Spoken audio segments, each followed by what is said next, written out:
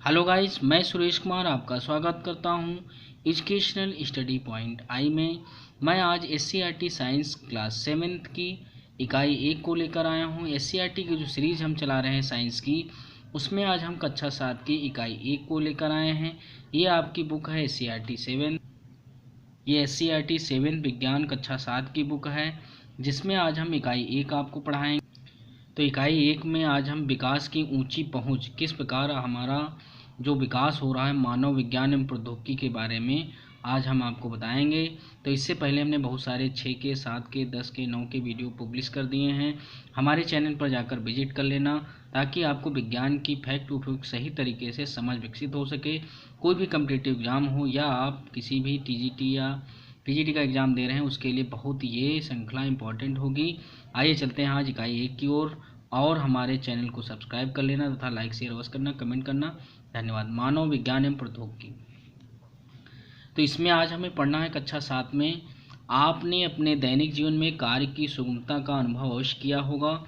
आज देखिए, हम घर में गैस सिलेंडर हो या बाहर किसी पेड़ का कटा हुआ तना, आपने देखा होगा कि उसे उठाकर ले जाना अपेक्षा कम बनाकर लुढ़का कर ले जाना आसान होता है।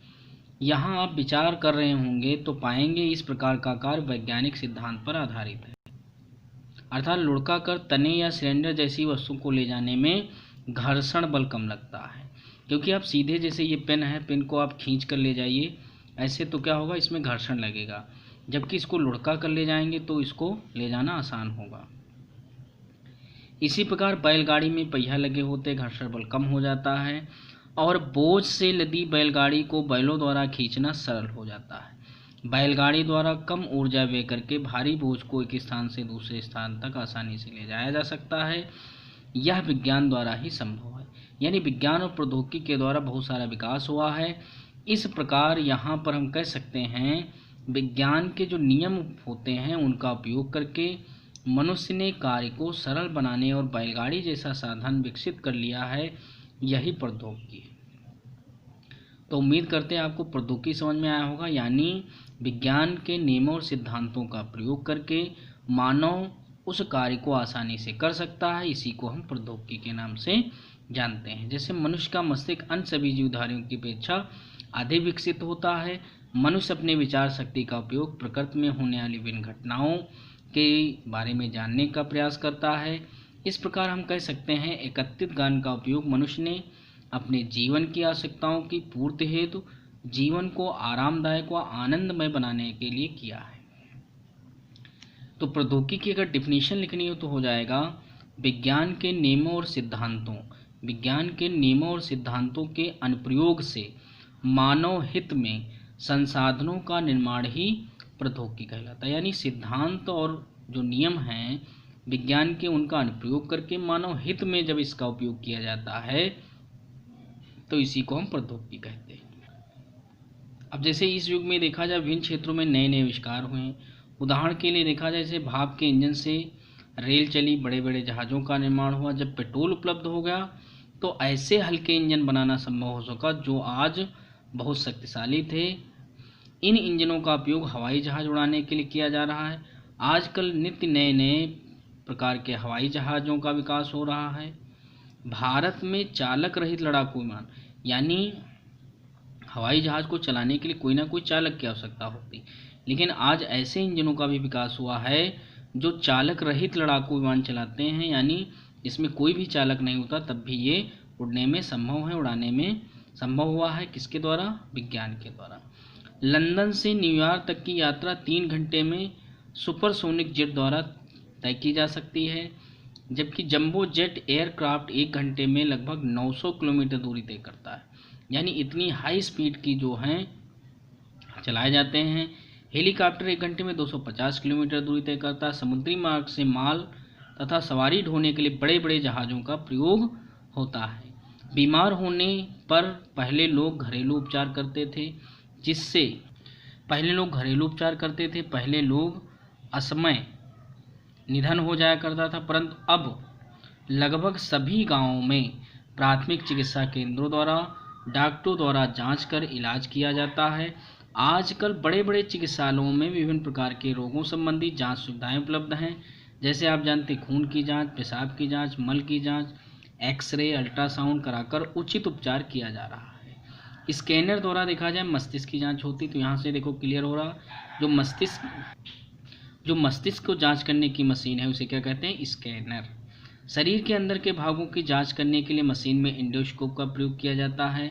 पहले टेलीफोन की सुविधा नहीं थी, लोग संदेशवाहक पत्र, टेलीग्राम से एक दूसरे का हालचाल लेते थे। आज से बहुत समय पहले की बात है कि प्रशिक्षित कबूतरों द्वारा संदेश भेजा जाता था। आज संदेशों का आदान प्रदान देखा जाए फैक्स यानी छपकर संदेश, इंटरनेट द्वारा, ईमेल जिसे हम इलेक्ट्रॉनिक डाक सेवा कहते हैं, आदि के द्वारा किया जा रहा है। गांव-गांव में पीसीओ या एसटीडी आईएसडी व्यवस्था संसार में उपलब्ध है और आज देखा जाए मोबाइल सेवा आ गई है जिसमें 3G 4G सेवा, जिसके माध्यम से हम विभिन्न प्रकार के जो है संसाधनों का उपयोग करते हैं। टेलीफोन द्वारा संपर्क करने की सार्वजनिक सुविधाएं उपलब्ध हैं। पहले के समय में गांव के चौपाल में बैठकर लोग संगीत, आल्हा आदि के माध्यम से मनोरंजन करते थे, लेकिन कभी कभी गांव में नाच, नौटंकी आदि द्वारा भी मनोरंजन किया जाता था। परंतु आजकल टेलीविज़न, कंप्यूटर, वीडियोकॉन, इंटरनेट आदि सारी सुविधाएं उपलब्ध हो गई हैं। मनोरंजन के साधन ये सभी आधुनिक विज्ञान प्रौद्योगिकी की ही देन है। आज लगभग 70 वर्ष पहले जब देखा जाए तो देश हमारा परतंत्र था, तो देश में उद्योग धंधे बहुत कम थे, किंतु आज हमारा देश औद्योगिक क्षेत्र में भी हमारा देश विकसित देशों की बराबरी कर रहा है। अब यहाँ पर देखो समझना है, स्टील के उत्पादन जैसे जमशेदपुर में, राउरकेला, भिलाई, दुर्गापुर आदि शहरों में बड़े बड़े कारखाने सरकार के नियंत्रण में खोले गए हैं। तो स्टील कारखाना कहाँ है आप समझ सकते हैं, जमशेदपुर में, राउरकेला, भिलाई, दुर्गापुर आदि शहरों में कारखाना खुला है जो सरकार के नियंत्रण में खुले हैं।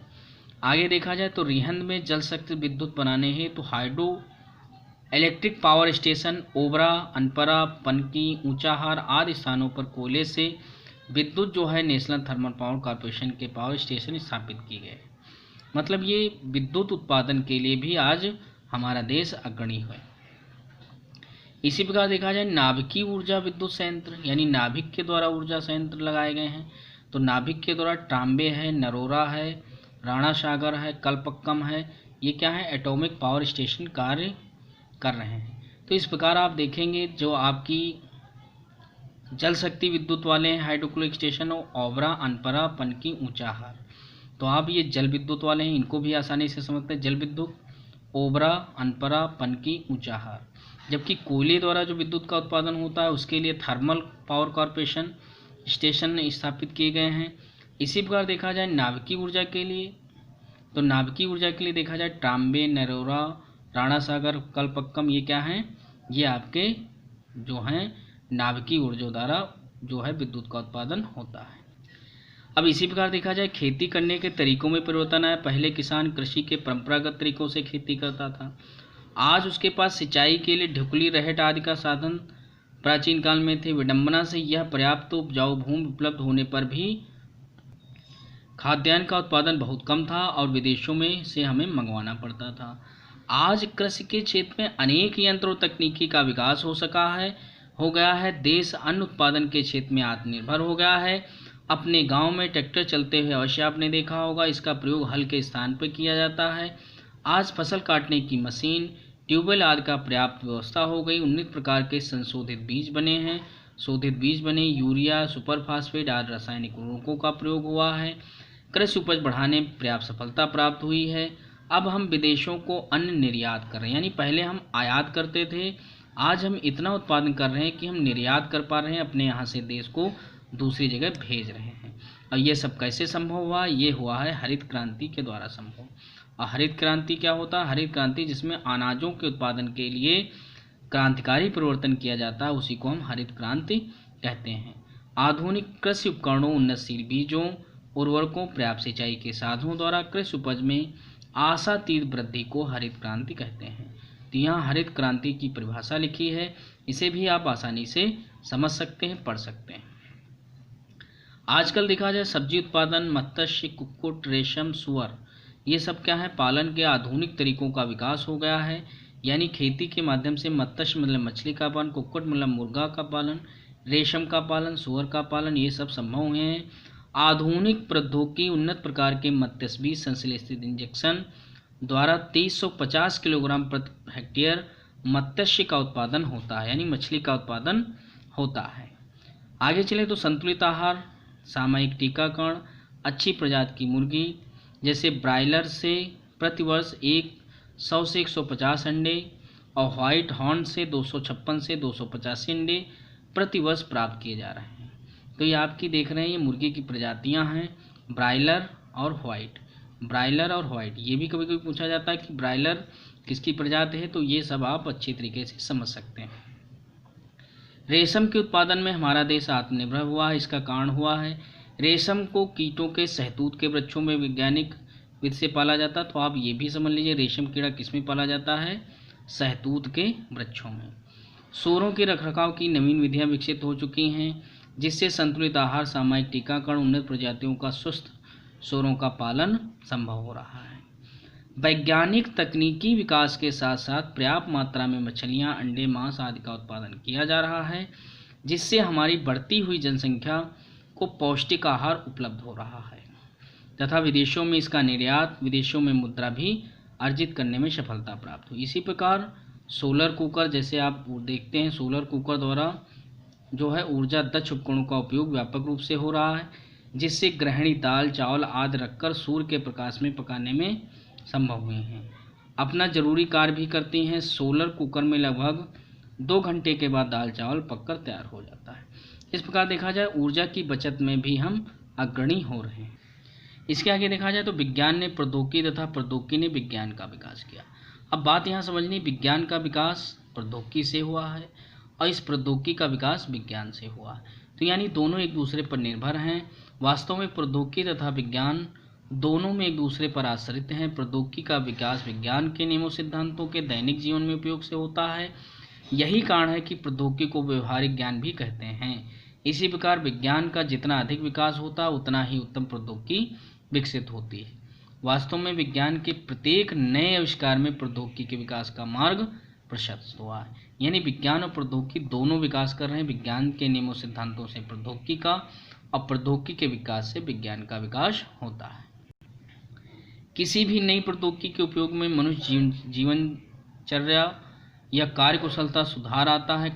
शिक्षा के क्षेत्र में देखा जाए एनसीईआरटी जो पूरे भारत में कार्य कर रही है, जबकि स्टेट के हिसाब से एससीईआरटी का जो प्रयोग किया जा रहा है। प्रस्तुत विज्ञान शिक्षा संबंधी ज्ञान दर्शन कार्यक्रम टीवी पर दिखाया जा रहा है। या दूसरा शिक्षा कार्यक्रम है देश विदेश में प्रोफेसर शिक्षक द्वारा टीवी पर कार्यक्रम दिखाए जा रहे हैं, जिसे हम टीवी पर देखने पर लाभ उठा सकते हैं, लाभ उठा पाते हैं।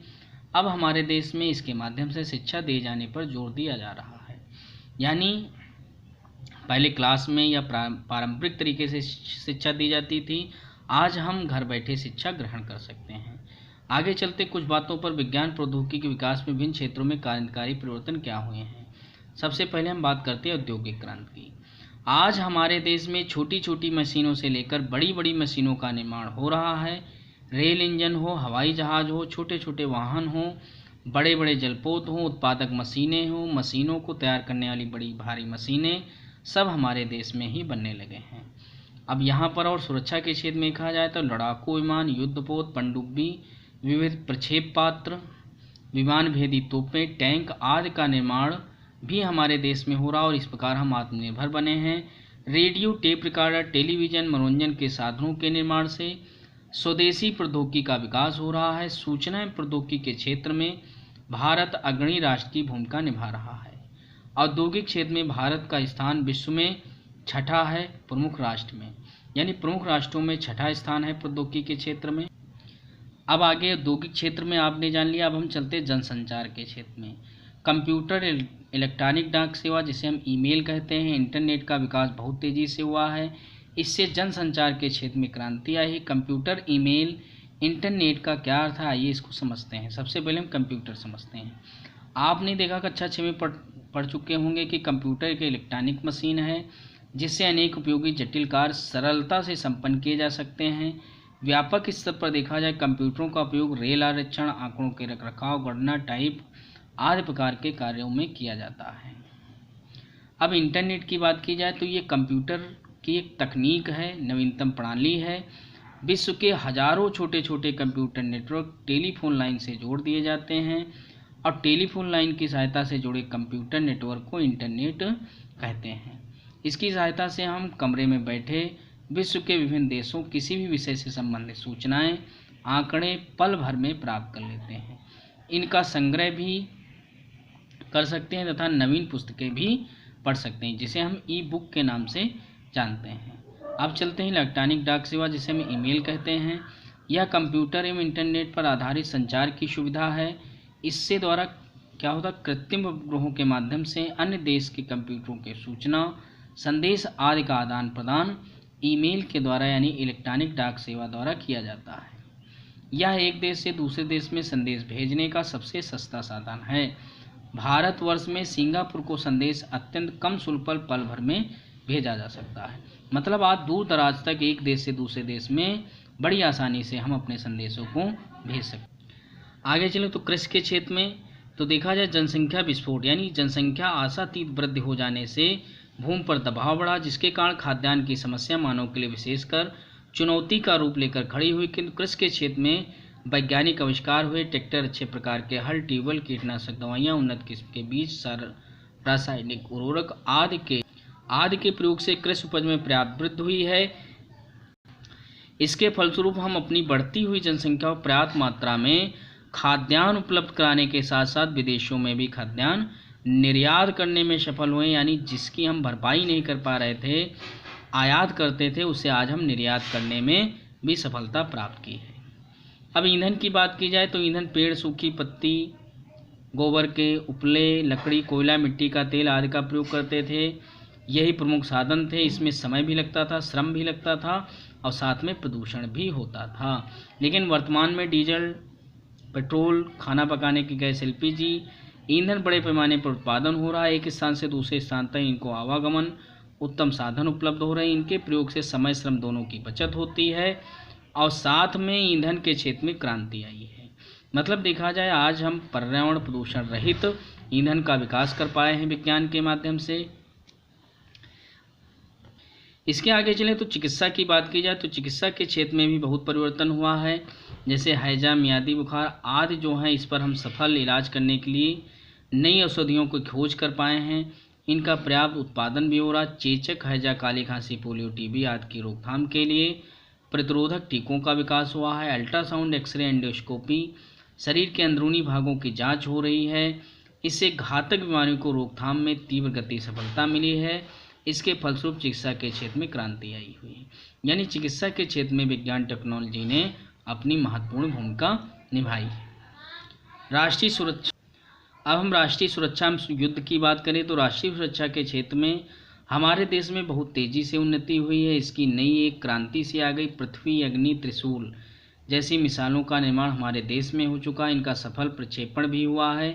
मिसाइलों का प्रयोग एक दूसरे देशों पर आक्रमण होने के उनके युद्ध अस्त्रों को नष्ट करने में होता है। इनसे हमारे देश के प्रभावी ढंग से सुरक्षा प्राप्त हुई है। युद्ध की स्थिति में देखा जाए रॉकेट द्वारा मिसाइलें छोड़ने की तकनीक हमारे देश में सफलता प्राप्त हुई है। क्या आप जानते हैं कि रॉकेट का निर्माण किस सिद्धांत पर हुआ? आइए इसको हम समझते हैं। रॉकेट सिद्धांत। पिचका हुआ एक गुब्बारा लीजिए, इसमें मुंह से हवा भर दीजिए, गुब्बारा फुला दीजिए, गुब्बारे के मुंह को धागे की सहायता से थोड़ा ढीला बांधकर छोड़ दीजिए। क्या देखते हैं? गुब्बारे से हवा तेजी से बाहर निकलती है और गुब्बारा निकलने वाली हवा की गति जिधर गुब्बारा की हवा निकल रही उसके विपरीत दिशा में, यानी इधर हवा निकल रही तो इधर की ओर विपरीत दिशा में आगे बढ़ता है। आपको यह जानकर आश्चर्य होगा, रॉकेट प्रौद्योगिकी इसी सिद्धांत पर आधारित है। आपने दीपावली में रॉकेट अवश्य छोड़ा होगा। रॉकेट के अंदर बारूद जलने पर उच्च दाब पर गैस बनती है जो उसके अंदर बने छेद को तीव्र गति से बाहर आती है। रॉकेट तेज सूं की आवाज़ करता हुआ ऊपर की ओर उठता है। बारूद से गैस समाप्त होने पर रॉकेट कुछ ऊंचाई पर पहुंचकर नीचे गिरता है। इसी सिद्धांत पर उपयोग वैज्ञानिकों ने अंतरिक्ष में उपग्रहों को स्थापित करने के लिए रॉकेट प्रौद्योगिकी का विकास किया और अंतरिक्ष में भेजने के लिए इसकी विशेष रचना तैयार की गई है। अब चलिए रॉकेट की संरचना को समझते हैं। धातु का एक मजबूत खोल के अंदर एक कक्ष में द्रवीभूत ऑक्सीजन। अब ध्यान रखना कि रॉकेट में कौन सा ईंधन प्रयोग होता है, तो द्रवीभूत ऑक्सीजन, और दूसरे कक्ष में द्रव ईंधन रहता है। द्रव ऑक्सीजन तथा ईंधन पाइप की सहायता से दहन कक्ष में एक दूसरे पर मिश्रित होते हैं और ऑक्सीजन ईंधन के इस मिश्रण में जब चिंगारी प्रदान की जाती है यानी स्पार्किंग होती है, जब हम स्पार्किंग कराते हैं तो उच्च ताप दाब पर गैस रॉकेट नोजल की तीव्र गति से बाहर निकलती है और गैस के निकलने पर विपरीत दिशा में रॉकेट तेजी से ऊपर उठता है। यानी देखो ये रॉकेट की संरचना, इसमें द्रव ईंधन द्रव ऑक्सीजन का प्रयोग किया जाता है और यहाँ से ईंधन जब चिंगारी लगाते हैं धुआं निकलता ऊपर की ओर बढ़ता है। इस प्रकार देखा जाए इसमें न्यूटन का तृतीय नियम कार्य करता है, ये भी ध्यान रखना, न्यूटन का गति का तृतीय नियम। रॉकेट के वेग बढ़ाने के लिए एक खंड की जगह बहुखंडीय रॉकेट का प्रयोग। ईंधन समाप्त होने पर रॉकेट पर एक खंड क्रमानुसार अलग अलग होता है। रॉकेट उच्च वेग से ऊपर की उठता जाता है। भारत में कृत्रिम उपग्रहों का विकसित करने में, पृथ्वी कक्षा में स्थापित करने प्रौद्योगिकी में महत्वपूर्ण सफलताएं भारत ने प्राप्त की है। कृत्रिम उपग्रहों में न केवल दूर संचार व्यवस्था अभूतपूर्व विकास संभव हो पाया वरन सुदूर संसूचन में भी हमारे विश्व में अग्रणी हो गया है। हमने परमाणु ऊर्जा के क्षेत्र में अनेक कीर्तिमान स्थापित किए। परमाणु ऊर्जा के क्षेत्र में देखा जाए विभिन्न प्रकार के शोध कार्यों के परिणाम स्वरूप अनेक परमाणु संयंत्र स्थापित किए जा चुके हैं जिनसे विद्युत उत्पादन किया जा रहा है। इसके अतिरिक्त देखा जाए परमाणु ऊर्जा का उपयोग चिकित्सा एवं कृषि के क्षेत्र में अनेक लाभकारी कार्यों के लिए किया जा रहा है। इस प्रकार आपने जाना कि विज्ञान प्रौद्योगिकी विकास से मनुष्य को केवल लाभ ही नहीं वरन इसके अनेक प्रकार से हानियां भी हैं। यानी विज्ञान प्रौद्योगिकी जहां हमारा सही प्रयोग से इसे लाभ होता, वहीं अगर जो छोटी सी भी गलती हो जाए तो बहुत बड़ी हानियां भी होती हैं। बड़े बड़े उद्योगों की संख्या बहुत बढ़ गई है जिससे निकलने वाले अपशिष्ट पदार्थ प्रायः बिना उपचार के सीधे नदियों में छोड़ दिए जाते, बहा दिए जाते, भूमि में विसर्जित कर दिए जाते हैं, जिसके कारण नदियों का जल भूक्षेत्र प्रदूषित हो रहा है। उपज बढ़ाने के लिए उर्वरकों, कीटनाशकों, दवाओं अत्यधिक प्रयोग हो रहा है जिससे मृदा प्रदूषण हो रहा है। तो आप ये सारी बातें समझ रहे हैं। उर्वरक कीटनाशक से कौन सा होता है? मृदा प्रदूषण। भूमि की उर्वरा शक्ति भी कम हो रही है, मनोरंजन के साधन बढ़ रहे हैं, ध्वनि प्रदूषण हो रहा है और स्वचालित मशीनों के प्रयोग से कारखानों में मजदूरों की आवश्यकता कम पड़ती जा रही है जिससे बेरोजगारी आ रही है, बेरोजगारों की संख्या बढ़ती जा रही है। जंगलों की अंधाधुंध कटाई से क्या हुआ? जंगलों का विनाश हो रहा है और वातावरण प्रदूषित हो रहा है। इतना ही नहीं, इसके कारण अनेक प्रजातियां, जंतुओं, बाघों की संख्या में भी कमी आई है और इनका अस्तित्व खतरे में पड़ता जा रहा है। अर्थात विज्ञान और प्रौद्योगिकी से होने वाली हानियों से बचने के लिए हमें प्राकृतिक संसाधनों को समझदारी से दोहन करना होगा तथा नवीन आविष्कारों का उपयोग समाज की उन्नति के लिए करना होगा। तो इस प्रकार आज आपने ये जाना कि पूरा पाठ कंप्लीट होता है और जब आप इसको विधिवत तरीके से पढ़ लेंगे, इसमें किसी प्रकार के एक दो प्रश्न जो आपको घुमा फिरा कर पूछे जाते हैं, जब आप बिल्कुल इसको पढ़ लेंगे एक दो बार तो आप बड़ी आसानी से सारे प्रश्नों को उत्तर दे सकते हैं। तो यहाँ तक आपने वीडियो देखा सभी लोग, उसके लिए धन्यवाद करते हैं तथा हम आपसे कामना करते हैं कि आप लोग हमारे चैनल को सब्सक्राइब करेंगे तथा लाइक शेयर कमेंट अवश्य करेंगे ताकि आपको विज्ञान में सही समझ विकसित हो सके। और इसको एक दो बार वीडियो को आप देखेंगे तो सारी चीज़ें आपको फैक्ट टू फैक्ट समझ में आती चली जाएंगी। नमस्कार, धन्यवाद।